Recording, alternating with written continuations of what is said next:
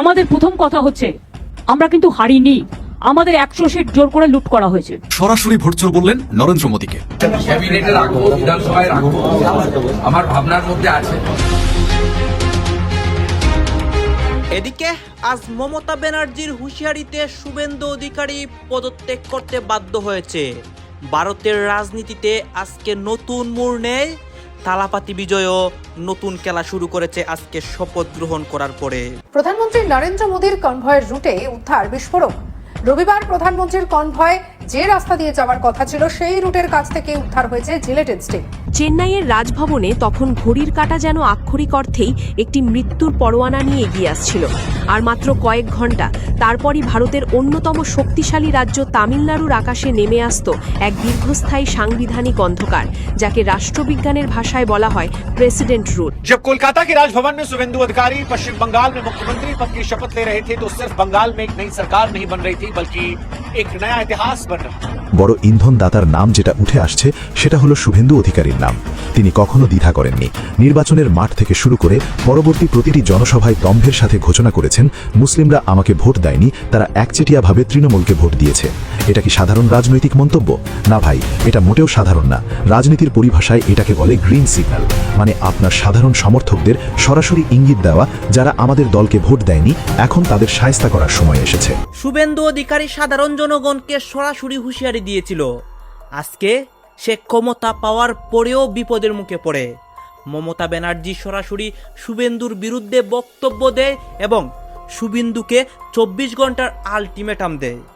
আজকে দেখতে পারি অনেকেই কিন্তু পদত্যাগের কথা সরাসরি বলতেছে। আপনারা দেখতে পারবেন এই মুহূর্তে শুভেন্দু অধিকারী কঠিন একটি সিদ্ধান্ত নেয় এবং এই নিয়ে নরেন্দ্র মোদী কঠিন বিপদের মুখে পড়ে। আপনারা এই সম্পূর্ণ ভিডিও দেখবেন। এই রাজনীতির আড়ালে অনেক গোপন পরিকল্পনার মাধ্যমে এই ঘটনা ঘটানো হয়। সবকিছু দেখানোর চেষ্টা করবো এই একটি ভিডিওর মাধ্যমে। আমাদের প্রথম কথা হচ্ছে আমরা কিন্তু হারিনি, আমাদের 100 সিট জোর করে লুট করা হয়েছে। মমতার পর রাহুল গান্ধীও সরাসরি ভোটচোর বললেন নরেন্দ্র মোদীকে। ভোট চুরি করে বাংলার মাটির ক্ষমতা দখলে নিয়েছে বিজেপি নেতা শুভেন্দু অধিকারী। হিন্দুত্ববাদী কট্টরপন্থী এই নেতা ক্ষমতায় এসে যেন পুরো কলকাতা জুড়ে মুসলিমদের উপর নির্যাতন শুরু করেছে। একদিকে ভোট চুরি করে ক্ষমতা দখল, অন্যদিকে অন্যায়ভাবে মুসলিমদের উপর অত্যাচার। দুয়ে মিলেই যেন এক ভয়ঙ্কর পরিস্থিতি তৈরি হয়েছে পুরো পশ্চিমবঙ্গে, যে কারণে বিজেপির বিরুদ্ধে একাই যুদ্ধের ঘোষণা দিয়েছে মমতা। মমতা কি পারবে বিজেপির বিরুদ্ধে লড়াই করে মুসলিমদের রক্ষা করতে, নাকি পরাজিত হবে? অন্যদিকে রাহুল গান্ধীও ভোটচোর মোদীর বিরুদ্ধে কি কি পদক্ষেপ নিলেন সে সম্পর্কেও থাকছে বিস্তারিত। তো চলুন বন্ধুরা, আর কথা না বাড়িয়ে ভিডিওটি শুরু করি। তবে ভিডিওটি শুরু করার পূর্বে অনুরোধ রইল, ভিডিওটিতে একটি লাইক দিয়ে শুরু থেকে শেষ পর্যন্ত দেখুন। একদিকে নরেন্দ্র মোদী এবং অমিত শাহের বিজয় উল্লাস, আর অন্যদিকে কালীঘাটের রুদ্ধোদ্ধার কক্ষে বসে এক আহত বাহিনীর সর্বনাশা হুঙ্কার। আমি কেন পদত্যাগ করব? আমরা তো হারিনি। কেন, কিসের জন্য? আমরা তো হারিনি যে যাব। হারলে আমি যদি শপথ নিতে যেতাম তাহলে আমি রেজিগনেশনটা করতাম। এখন তো কোয়েশ্চেন ডাজন্ট অ্যারাইজ। ভারতের রাজনৈতিক ইতিহাসে এর আগে কখনো এমন নজিরবিহীন, শ্বাসরুদ্ধকর এবং বিপজ্জনক সাংবিধানিক সংকট তৈরি হয়নি। প্রথমবারের মতো এ রাজ্যের ক্ষমতায় এসেছে ভারতীয় জনতা পার্টি বিজেপি। শনিবার কলকাতার ঐতিহাসিক ব্রিগেড প্যারেড গ্রাউন্ডে মুখ্যমন্ত্রী হিসেবে শপথ নেন বিজেপি নেতা শুভেন্দু অধিকারী। আর সে শপথ অনুষ্ঠানকে ঘিরে কলকাতা জুড়ে দেখা যায় বিজেপির বিজয় উল্লাস, আনন্দ মিছিল আর নতুন সরকারের প্রতি সমর্থকদের উচ্ছ্বাস। তবে একই দিনে রাজ্যের দীর্ঘ 15 বছরের শাসনের অবসান ঘটিয়ে ক্ষমতা হারানো তৃণমূল কংগ্রেস নেত্রী মমতা বন্দ্যোপাধ্যায় দিলেন নতুন রাজনৈতিক লড়াইয়ের বার্তা। বিকেলে কালীঘাটের বাসভবনে রবীন্দ্র জয়ন্তীর অনুষ্ঠানে দাঁড়িয়ে তিনি আহ্বান জানান বিজেপি বিরোধী বৃহত্তর ঐক্যের। মমতা বলেন, চারিদিকে সন্ত্রাসের বজ্রাঘাত চলছে। সব রাজনৈতিক দল, ছাত্র, যুব সংগঠন এবং এনজিওকে বলবো, আসুন আমরা জোট বাঁধি। বিজেপির বিরুদ্ধে আমরা একটি বৃহত্তর মঞ্চ গড়তে চাই। তিনি আরও বলেন, বাম, অতি বাম, জাতীয় দল যেখানে থাকুন না কেন, আসুন আমরা একসঙ্গে লড়াই করি, কারণ আমাদের প্রথম রাজনৈতিক প্রতিপক্ষ বিজেপি। নিজের অভিজ্ঞতার কথা তুলে ধরেন তৃণমূল নেত্রী। তিনি অভিযোগ করে বলেন, হঠাৎ দেখলাম আমার ফোনে কোনো কল আসছে না, কোনো মেসেজও আসছে না। পরে বুঝলাম ইন্টারনেট সংযোগই বন্ধ করে দেওয়া হয়েছে। রবীন্দ্রনাথ ঠাকুরের ছবির সামনে দাঁড়িয়ে যেন এক নতুন রাজনৈতিক যুদ্ধের ডাক দিলেন মমতা বন্দ্যোপাধ্যায়। কালীঘাটের অনুষ্ঠান মঞ্চ থেকে আবেগ, ক্ষোভ আর প্রতিবাদের মিশেলে তিনি স্পষ্ট ভাষায় ঘোষণা করেন, এখন এটা ভাবার সময় নয়, আমি কে ও কে। রাজনৈতিকভাবে আমাদের একমাত্র এবং প্রধান শত্রু বিজেপি। মমতার এই বিস্ফোরক বক্তব্যের পরই পশ্চিমবঙ্গের রাজনৈতিক অঙ্গনে শুরু হয়েছে তুমুল আলোচনা। শুধু তৃণমূল নয়, বিরোধী শিবিরেও নড়েচড়ে বসেছেন অনেকেই। মোহাম্মদ সেলিম রবীন্দ্রনাথকে উদ্ধৃত করে কটাক্ষ ছুড়ে বলেন, জীবন যখন শুকায়ে যায় করুণা ধারায় এসো। তার এই মন্তব্য নতুন করে রাজনৈতিক উত্তাপ আরও বাড়িয়ে দিয়েছে। কালীঘাটের সভা থেকে বিজেপির বিরুদ্ধে একের পর এক বিস্ফোরক অভিযোগ আনেন মমতা। তার দাবি, রাজ্য জুড়ে তৃণমূল কর্মী ও মুসলিমদের উপর চালানো হচ্ছে লাগামহীন সন্ত্রাস। শুধু তাই নয়, তার নিজ বাড়ি এবং অভিষেক বন্দ্যোপাধ্যায়ের বাসভবনের সামনেও পরিকল্পিতভাবে বিশৃঙ্খলা সৃষ্টি করা হয়েছে বলে অভিযোগ করেন তিনি। এজন্য তিনি পুরো বাংলার সাধারণ জনগণকে নিয়ে রাজপথে নামারও ঘোষণা দেন। আসাম এবং বাংলা এই দুটি রাজ্যেই নির্বাচন কমিশনকে পকেটে নিয়ে সরাসরি ভোট চুরি করেছে বিজেপির নরেন্দ্র মোদী। আমরা মমতাজির সাথে একমত। বাংলায় অন্তত 100টিরও বেশি আসনে ডাকাতি করা হয়েছে। মধ্যপ্রদেশ, হরিয়ানা, মহারাষ্ট্র এবং লোকসভা নির্বাচনের পর এবার বাংলাতেও একই নগ্ন চিত্রনাট্য। নির্বাচনে চুরি, প্রতিষ্ঠানে চুরি। এখন আর উপায় কি? ভারতীয় কংগ্রেসের শীর্ষ নেতা রাহুল গান্ধীর এই একটি মাত্র টুইট যেন জ্বলন্ত পশ্চিমবঙ্গের বুকে আস্ত এক ব্যারেল বারুদ ঠেলে দিয়েছে। তিনি অত্যন্ত নগ্ন এবং সরাসরি ভাষায় নরেন্দ্র মোদী এবং নির্বাচন কমিশনকে ভোট চুরির দায়ে অভিযুক্ত করেছেন। আর এর মধ্য দিয়েই পশ্চিমবঙ্গের এই নির্বাচন আর শুধু একটি রাজ্যের ক্ষমতার পালাবদল হিসেবে সীমাবদ্ধ নয়, এটি রূপ নিয়েছে পুরো ভারতের গণতান্ত্রিক কাঠামো এবং সাংবিধানিক অস্তিত্ব রক্ষার এক ভয়ঙ্কর যুদ্ধে। অপরদিকে ভোট চুরি নিয়ে এখন মূল কথায় আসে। চেন্নাইয়ের রাজভবনে তখন ঘড়ির কাঁটা যেন আক্ষরিক অর্থেই একটি মৃত্যুর পরোয়ানা নিয়ে এগিয়ে আসছিল। আর মাত্র কয়েক ঘণ্টা তারপরই ভারতের অন্যতম শক্তিশালী রাজ্য তামিলনাড়ুর আকাশে নেমে আসত এক দীর্ঘস্থায়ী সাংবিধানিক অন্ধকার, যাকে রাষ্ট্রবিজ্ঞানের ভাষায় বলা হয় প্রেসিডেন্ট রুল। পর্দার সুপারস্টার থালাপাতি বিজয় কি বাস্তব রাজনীতির এই নিষ্ঠুর গোলকধাঁধায় হারিয়ে যেতে বসেছিলেন? ঠিক কোন সেই জাদুকরী সমীকরণ যা দিল্লির ব্লুপ্রিন্টকে এক নিমেষে তাসের ঘরের মতো উড়িয়ে দিল? সিনেমার ক্লাইম্যাক্সকেও হার মানানো এই রাজনৈতিক যুদ্ধের নেপথ্যে কে সেই রহস্যময়ী নারী? তামিলনাড়ুর রাজনৈতিক বাতাস তখন বিষাক্ত ও দম বন্ধ করা। চেন্নাইয়ের রাজপথে হাজার হাজার সমর্থকের চোখে মুখে আতঙ্কের ছাপ। তামিলাগা বেট্রি কাগাজাম বা টিভিকে এর সদর দপ্তরে বিরাজ করছিল এক শ্মশানের মতো পিনপতন নীরবতা। যে থালাপাতি বিজয় রূপালী পর্দায় একা 100 জন শত্রুকে ধুলোয় মিশিয়ে দেন, রাজনীতির এই পিচ্ছিল ময়দানে তিনি যেন আজ বড্ড একা। গণতান্ত্রিক সরকার গড়তে যেখানে ম্যাজিক ফিগার দরকার ছিল 118টি আসনের, সেখানে কংগ্রেস, সিপিআই এবং সিপিআইএম এর মতো বিশাল শরিকদের নিয়ে আসার পরও বিজয়ের রথ থমকে গিয়েছিল ঠিক 117তে এসে। মাত্র একটি মাত্র আসনের ব্যবধান, আর এই একটি আসনের অভাবেই হাতছাড়া হতে চলেছিল গোটা তামিলনাড়ুর মসনদ। প্রতিপক্ষ দ্রাবিড় রাজনীতির পুরনো খেলোয়াড়রা তখন মুচকি হাসছিলেন। দিল্লির ক্ষমতার অলিন্দে তখন ফাইল গোছানো প্রায় চূড়ান্ত, তামিলনাড়ুকে রাষ্ট্রপতির শাসনের অধীনে নিয়ে নেওয়ার নীল নকশা তৈরি। যখন বিজয়ের চোখে মুখে চরম হতাশা আর পরাজয়ের ছায়া, ঠিক সেই মুহূর্তে দক্ষিণ ভারতের রাজনীতির দাবার বোর্ডে এমন এক চাল চাললেন একজন যাকে রাজনৈতিক বিশ্লেষকরা ঘূর্ণাক্ষরেও টের পাননি।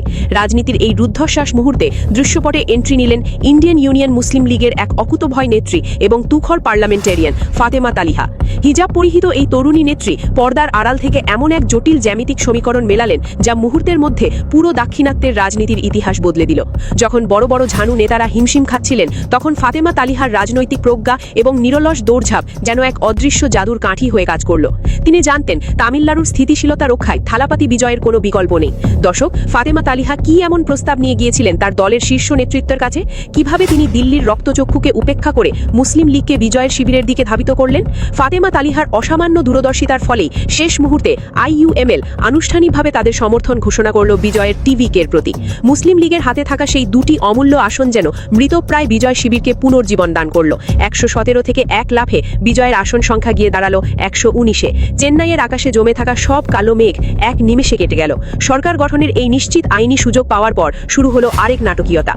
মুসলিম লীগের এই গ্রিন সিগন্যাল দেখে বসে থাকতে পারেনি স্থানীয় প্রভাবশালী দল বিসিকে। তারাও দেরি না করে তাদের দুটি আসন নিয়ে বিজয়ের ভাণ্ডারে যুক্ত হওয়ার আনুষ্ঠানিক ঘোষণা দেয়। ফলে বিজয়ের ঝুলিতে জমা হলো 121টি আসন। যে বিজয় কিছুক্ষণ আগেও একা ছিলেন, তিনি এখন এক অপ্রতিরোধ্য ও স্থিতিশীল রাজনৈতিক শক্তিতে রূপান্তরিত হলেন। খবরটি টিভিকে সদর দপ্তরে পৌঁছানো মাত্রই সেখানে শুরু হলো গগনবিদারী উল্লাস। হাজার হাজার মানুষের স্লোগানে প্রকম্পিত হলো আকাশ বাতাস। হবু মুখ্যমন্ত্রী থালাপতি বিজয় নিজে যখন বারান্দায় এসে দাঁড়ালেন তার চোখে মুখে ছিল একজন বিজয়ী সেনাপতির তৃপ্তি। আবেগজড়িত কণ্ঠে তিনি শুধু বললেন, উল্লাস করো। চেন্নাইয়ের জওহরলাল নেহেরু স্টেডিয়ামে লাখো মানুষের উপস্থিতিতে এক রাজকীয় আয়োজনে সম্পন্ন হল এই ঐতিহাসিক শপথ গ্রহণ অনুষ্ঠান। কিন্তু এই জয়ের গুরুত্ব কি শুধু একটি রাজ্যের ক্ষমতা দখল, নাকি এর পেছনে লুকিয়ে আছে ভারতের ভবিষ্যৎ রাজনীতির এক বিশাল বার্তা? রাজনৈতিক বিশ্লেষকদের OSINT ডেটা বলছে এই সমর্থন ছিল শর্তহীন এবং এর মূল ভিত্তি ছিল অসাম্প্রদায়িক ও গণতান্ত্রিক তামিলনাড়ু। 3 দশকে 3 বার দলবদল, কখনো কংগ্রেস, কখনো তৃণমূল, আবার এখন বিজেপির হিন্দুত্ব রাজনীতির মুখ। পশ্চিমবঙ্গের নতুন মুখ্যমন্ত্রী শুভেন্দু অধিকারীকে ঘিরে তাই কলকাতার রাজনৈতিক মহলে বহুদিনের এক প্রশ্ন, শুভেন্দু দা তুমি কার?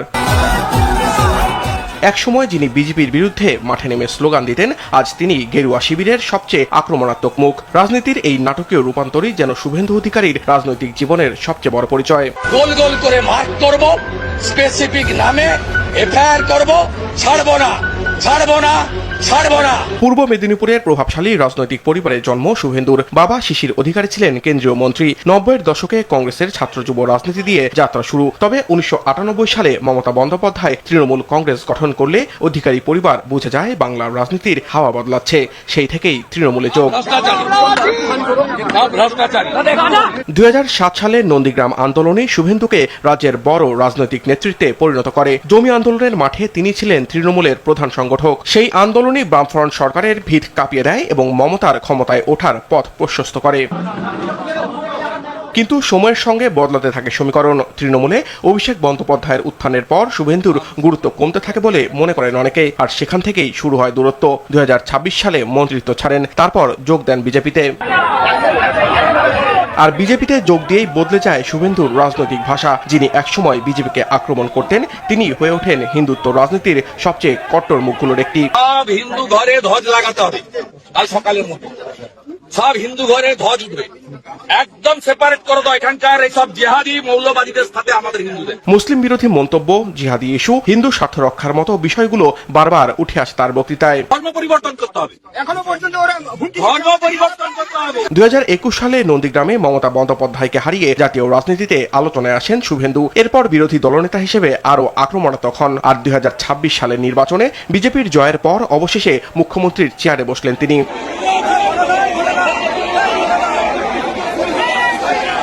তবে রাজনৈতিক উত্থানের পাশাপাশি বিতর্ক পিছু ছাড়েনি শুভেন্দুকে। নারদা স্ট্রিং অপারেশনে ক্যামেরার সামনে টাকা নিতে দেখা যায় তাকে। সারদা চিটফান্ড মামলাতেও ওঠে তার নাম। এছাড়াও শুভেন্দুর বিরুদ্ধে রয়েছে একাধিক ফৌজদারি মামলা, যদিও কোনো ক্ষেত্রেই এখনো দোষী সাব্যস্ত হননি তিনি।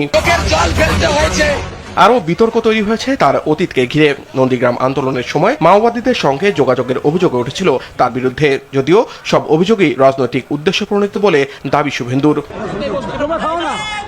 রাজনৈতিক পর্যবেক্ষকদের মতে শুভেন্দু অধিকারী আসলে আজকের ভারতীয় রাজনীতির এক প্রতিচ্ছবি, যেখানে আদর্শের চেয়ে গুরুত্বপূর্ণ ক্ষমতা আর দলীয় আনুগত্যের চেয়ে বড় রাজনৈতিক সুবিধা।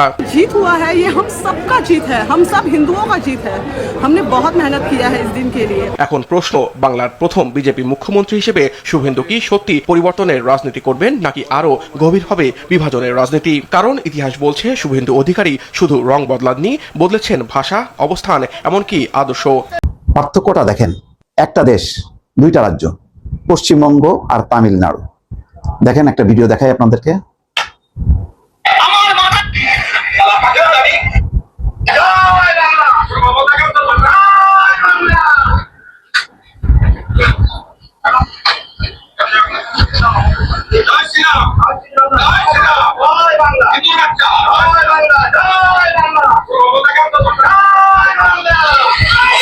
দেখছেন? ধর্মনিরপেক্ষতা চলবে না। এই দেশের নাম হিন্দুস্তান, এখানে হিন্দুরা রাজত্ব করবে। নাস্তিকতা আর সেকুলারিজমকে নিপাত দিতে হবে। ধর্মনিরপেক্ষতা চলবে না। এই দেশের নাম হিন্দুস্তান, এখানে হিন্দুরা রাজত্ব করবে। এই ব্যক্তিকে নিশ্চয়ই আপনাদের চিনতে ভুল হচ্ছে না। তিনি হচ্ছেন শুভেন্দু অধিকারী। মুখ্যমন্ত্রী হিসেবে গতকালকে শপথ নিয়েছেন। সেই শপথ অনুষ্ঠানে এতই উত্তেজিত ছিলেন যে নরেন্দ্র মোদী প্রধানমন্ত্রী তার পিঠ চাপড়ে দিয়েছে, বাহবা দিয়েছে, অমিত শাহ এসছে, মানে তুলকালাম কাণ্ড। কিন্তু দেখেন, সে বলছে ধর্ম নিরপেক্ষ চলবে না, এটা হচ্ছে হিন্দুদের দেশ, এটা হিন্দুস্তান। আর থালাপতি বিজয় তামিলনাড়ুর মুখ্যমন্ত্রী, দেখেন তার বক্তব্যটা দেখেন। কি বলছে? তামিলনাড়ু হবে ধর্মনিরপেক্ষ, আমি হব ক্ষমতার কেন্দ্র।